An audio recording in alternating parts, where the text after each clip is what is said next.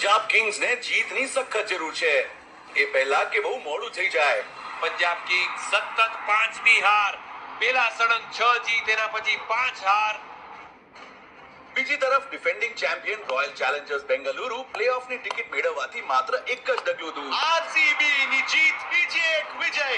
આ સિઝનમાં પહેલીવાર 2025ની બંને ફાઇનલિસ્ટ ટીમો ધર્મશાલાના સુંદર મેદાન પર સામસામે ટકરાશે.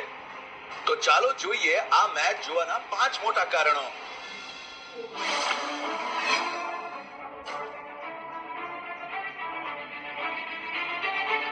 પંજાબ કિંગ્સનો સામનો ક્રિકેટના અલ્ટિમેટ કિંગ વિરાટ કોહલી સામે થવાનો છે. ઈડન ગાર્ડન્સની ઐતિહાસિક ઇનિંગ્સ બાદ વિરાટ કોહલીની નજર હવે ટાટા આઈપીએલમાં પોતાની 10મી સદી પર હશે.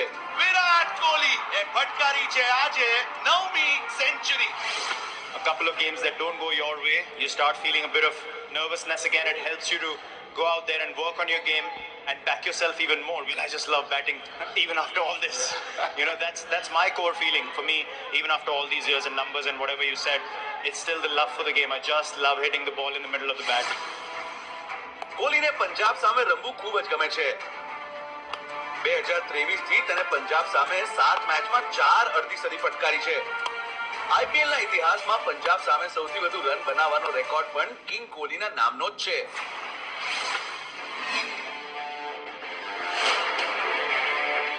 શ્રેયસ અય્યર ટાટા આઈપીએલમાં કેપ્ટન તરીકે પોતાની 100મી મેચ રમવા જઈ રહ્યો છે અને આ સિદ્ધિ મેળવનાર તે માત્ર 5મો ખેલાડી બનશે.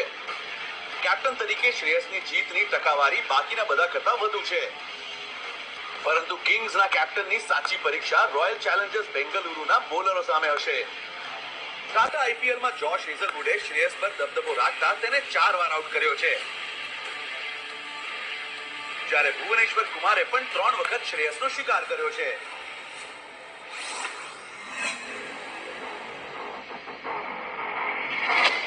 જોશ હેઝલવુડ અને ભુવનેશ્વર કુમાર માટે સૌથી મોટો પડકાર રહેશે પંજાબના ઇનફોર્મ ઓપનર્સને રોકવાનો, જે 216ની સ્ટ્રાઇક રેટથી બેટિંગ કરી રહ્યા છે.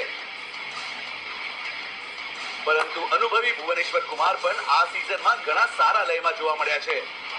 આ ભૂવીનો ક્લાસ છે. વેલ બોલ્ડ ભૂવી. ભુવનેશ્વરે ટાટા આઈપીએલમાં પ્રભસિમરનને 4 વાર આઉટ કર્યો છે, જ્યારે જોશ હેઝલવુડ પ્રિયાંશ આર્યને આઉટ કરવાની ટ્રીક જાણે છે. એવામાં પાવર પ્લેમાં બેટ અને બોલની આ રસપ્રદ ટક્કર મેચનું પરિણામ નક્કી કરી શકે છે.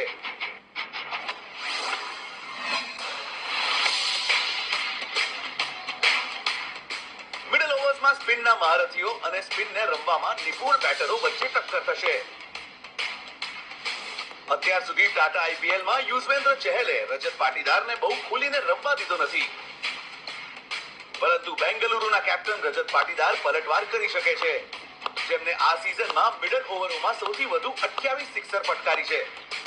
મોટી સિક્સ ચોરી દીધી ડીપ મિડ વિકેટ ક્ષેત્રમાં અને ભરોસો છે અગર પાટીદાર છે.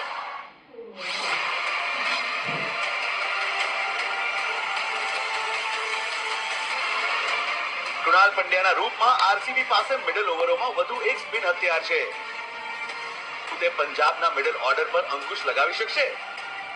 બીજી તરફ પંજાબ માટે 200 રનનો સ્કોર બે ધારી તલવાર સાબિત થયો છે. કિંગ્સે આ સિઝનમાં 8 વાર 200થી વધુનો સ્કોર બનાવ્યો છે. શ્રેયસ અય્યરની સેના ટાટા આઈપીએલના ઇતિહાસનો સૌથી મોટો રન ચેઝ. પરંતુ આ સિઝનમાં સૌથી વધુ વાર 200 પ્લસ રન આપનારી ટીમ પણ પંજાબ જ છે. હવે પ્રશ્ન એ છે કે શું પંજાબ કિંગ્સ 200ના આ આંકડાનો પોતાના ફાયદા માટે ઉપયોગ કરી શકશે? પંજાબ કિંગ્સે પોતાની હારનો સિલસિલો તોડવો પડશે અને ધર્મશાલામાં પોતાના નબળા રેકોર્ડનો ઇતિહાસ બદલવો પડશે.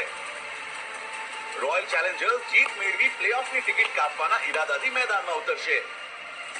ધર્મશાલામાં થનારા આ હાઈ પ્રેશર મુકાબલા માટે 17મીના રોજ બપોરે 2:30 વાગ્યાથી